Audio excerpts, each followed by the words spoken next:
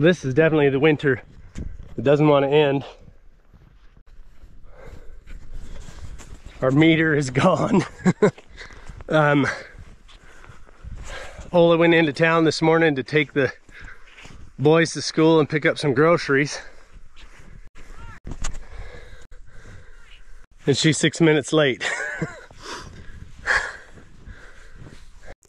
About 3 miles down the road from our place, where the road forks off of the asphalt, we've got about a 1,500-foot stretch of road there that you actually get a little bit of cell reception. So we have a little location notice set up so that when the road conditions are bad, if it takes her longer than it should to get up here, then I know to go start looking for her. So in this situation, she was about 6 minutes overdue, so I thought I better get my gear on and go start looking for her.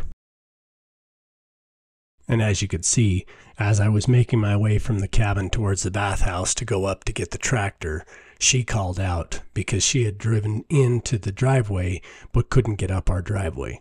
So she parked at the bottom and walked up like I had done a month or so ago.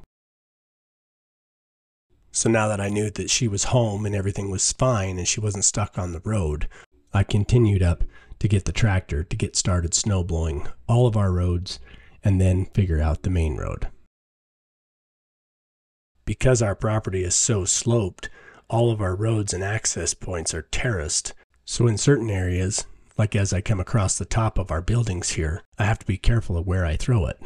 If I throw it downhill, it ends up piling in on the uphill side of the buildings, and that's going to cause other problems for us. So I'm trying to throw it to the uphill side where it can melt and hit the ditch that I have in along the uphill side of the road. And when it melts, it will run down that ditch instead of going across the buildings. But either way, these terraces are making it really difficult to figure out where to put the snow because we just don't have the space anymore.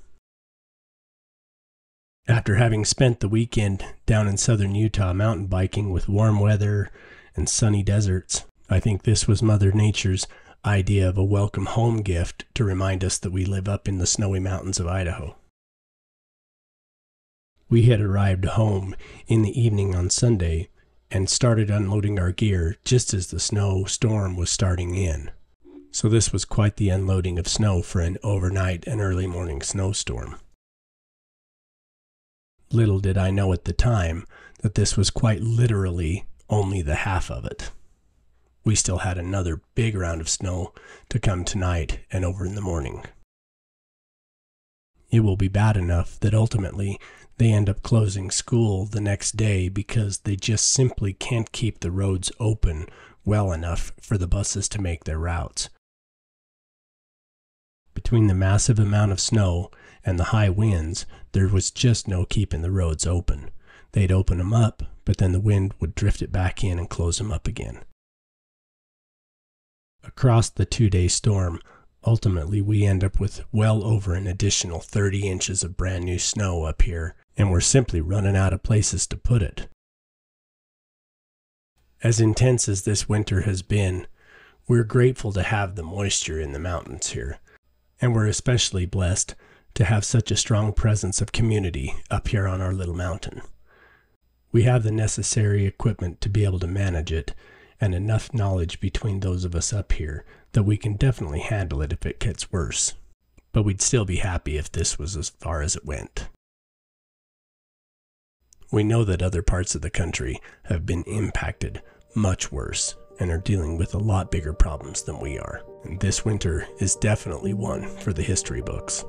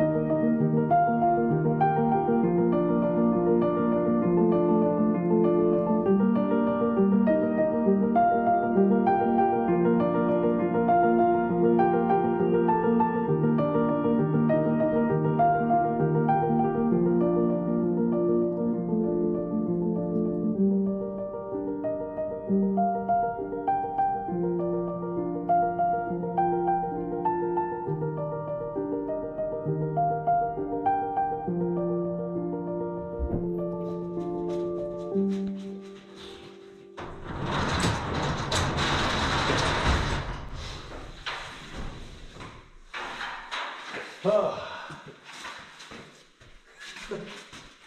That's insane. I've got to go get another bolt for this joint down here. I got down the road there and it broke again, and that was the last one I had, so I can't keep going. I'm gonna have to go and get the right hardened bolt for that and the keyway that it needs, and then while I'm at it, I'll probably buy another bag of shear bolts for the PTO just in case. Well, heavens, I don't know if we upset the winter gods or what we did, but they're definitely letting us know that they're here. So I went into town when I picked up the boys, and I got a new keyway and then the right grade 8 bolt for that coupling so that it will all bolt together the way it should. And then got another bag of shear bolts. I got the things I needed, came back. In that hour and a half, we got another 10 to 12 inches. So the new snow blowed area that I had cleared is back up to 10 inches. And the other side is at like 25 inches. I broke the bolt down here. I need a keyway to go in that shaft as well. I'm gonna fix this, make sure everything's good to go. My coupling is a grade 8 like it should be. Now it won't shear there. Now it'll go back to shearing on my shear bolts on the PTO shafter up here. But I did get grade 5s for those, which is still soft enough that they'll shear, but they can handle just a little bit more oomph than the grade 2s. So that bolt broke again. All I had up here when I kept changing all these bolts is just some grade 2 bolts, just some run-of-the-mill bolts in my assortments. I got a grade 8 and I double nutted, so it's on. It should never break on me again. It just every now and again would break. Grade 2s are pretty soft. I'm gonna go down, wash up, change into some dry clothes, get started all over again. We're gonna head up and we're gonna plow. Mark got me a soda to keep me caffeinated. We can't get out if we don't snowblow tonight, so we have to snowblow tonight. How many feet of snow you think is out there on the road right now? There's 2 for sure. Okay. 1 foot of snow on the road at 4:30 when I went and picked up the kids. An hour and a half later, there was 2 feet of snow. And it was coming down still. Yeah, and that was 2 hours ago. Yeah. So we're gonna just go and hang out. Our topic of discussion while we're snow blowing is gonna be spring. Everything's spring. Everything's spring. I want to talk to Mark about all the flowers I want to plant and how much they're gonna cost. Maybe Mother Nature will hear that and get excited and turn off the faucet on the snow. This was the path that I snow blowed earlier, and this is how much snow has come down. That much snow. About a foot has come down since I snow blowed this. This is what I hadn't touched yet. That's to your knees. It's, yeah, top of my knees. Oh my gosh. Let's go dig out. Do you know what's in the forecast? Snow. And snow. And yeah. And cold temperatures. Cold. Yeah, okay. Yeah. Let's go. I have a blanket in the barn. I like to just wrap it around my waist as a cushion, and that way I can hang out with you kind of comfortable, you know? It'll be fine.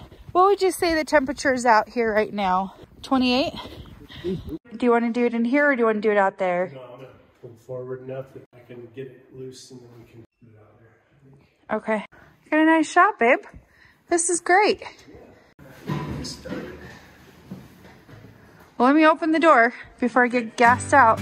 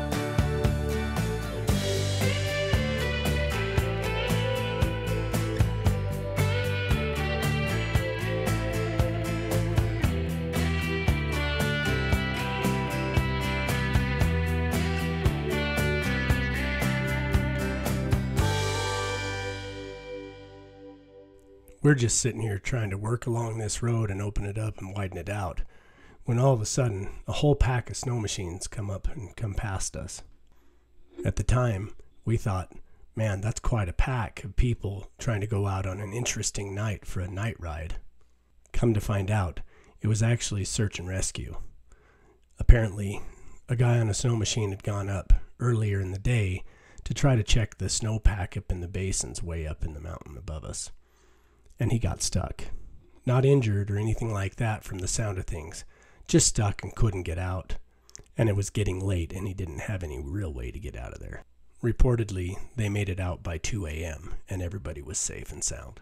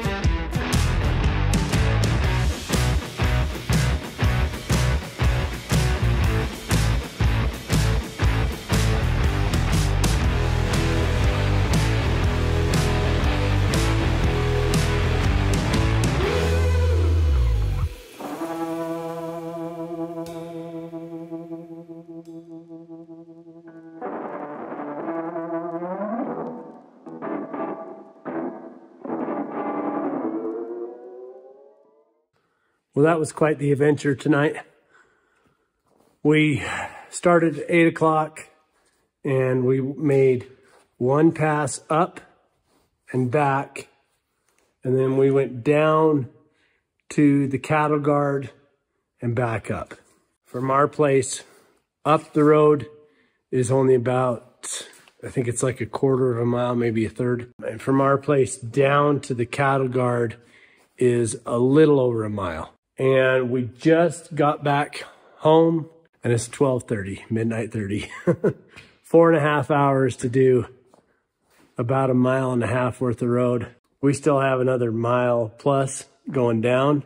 We'll mess with that tomorrow. It's supposed to be sunny maybe, so we'll see. Well, it's tomorrow.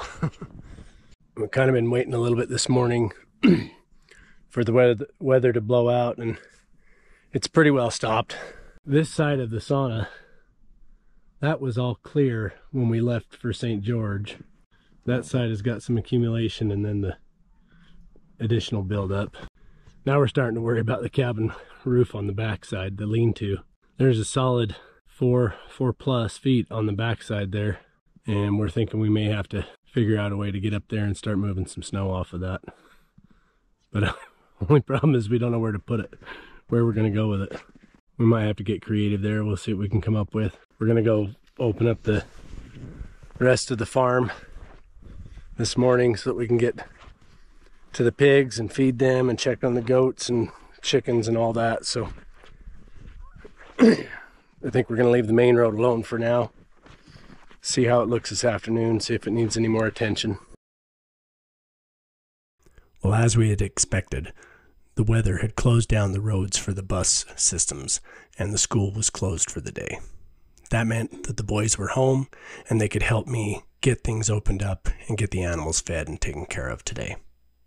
We also needed to focus on trying to get some of the snow shoveled off of the roof of the house, just as a precaution.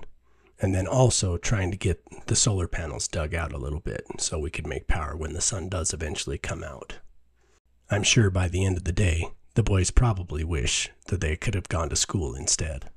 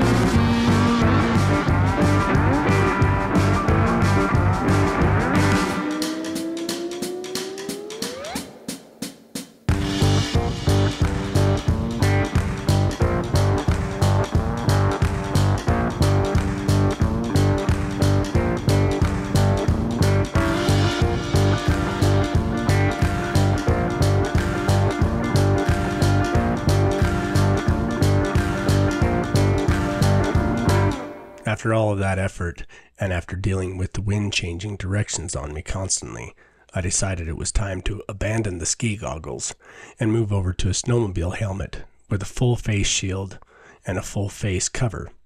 Since the wind would change unexpectedly and inevitably cover me in snow, at least this way it would keep it off of my face, keep me warm and dry.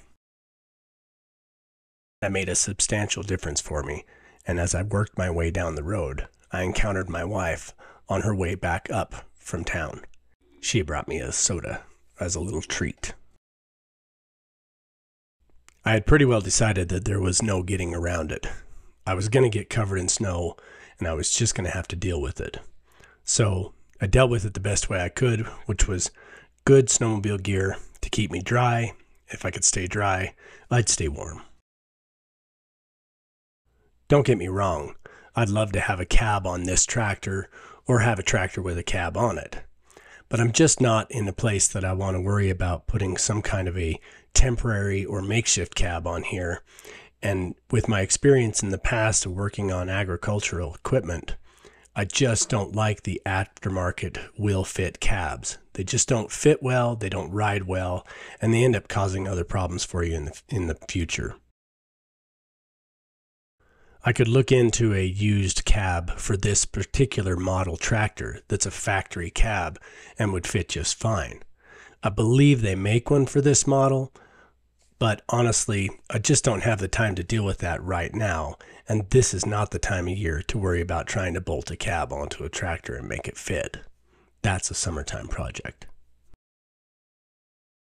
In all reality, we only have about 3 more weeks, and we should start warming up and melting. And then I have much bigger things to worry about than whether or not I stay warm in a cab tractor blowing snow. We have mud season to deal with. So while I worry about trying to clear this road and give ourselves a little bit of pull out here and there where I can, the boys are back home trying to shovel some of this fresh snow off of the roof, just to take some of the extra weight off and try to help it get by for now. As I said before, because the roof is facing the uphill and the road crosses above it, there just isn't that much space to put it. So at this point, any effort is better than no effort. I wouldn't say that they were overly enthusiastic about the task, but they definitely got in there and got after it without any complaints. At this point, as I'm working my way down, I'm starting to have a problem with my PTO shaft. It's starting to get quite a lot of chatter here and there, sporadically as I cut through this bank. Now in this bank, there's definitely some ice chunks and stuff from having been plowed previously. So as those ice chunks feed into the impeller, they kind of give a little bit of a shock load, and that's causing my PTO to vibrate a little bit extra. What I had noticed is that the slip yoke where the shear bolt is built with a ball bearing type construction. And at some point along the way, that had started to come apart and I lost all the ball bearings in the groove. Without those in there, there was nothing to take up the lash of that coupling union, except for the shear bolt. So with a little bit of chatter, then that shear bolt would loosen a little bit and allow that coupling to kick off of center and misalign. And that misalignment was causing a chatter in the driveline. Ultimately, that caused me to break several shear bolts in a row in that section. So once I figured that out, I had to just take it a little bit easier, take a little bit less of the pile, and watch it if it started to chatter. So after establishing a new rhythm to get through this and get it all done, I just kept making my way up and eventually got it finished with a pass down and up, so we had a nice clear path to be able to drive. And even though I wasn't quite done working yet, my camera batteries decided they had had enough and they were done, so they quit before I did. But ultimately, we made it through the big storm. We didn't have any major issues, and everything is in good shape for all of us. And with all of the effort over the past several weeks, we recognize that this has been quite a historic winter. It leaves us thinking that in just a few years' time, we'll reflect on this winter and remember just how historic it was. We'll be able to watch this video and remember firsthand the role we played and the effort it took.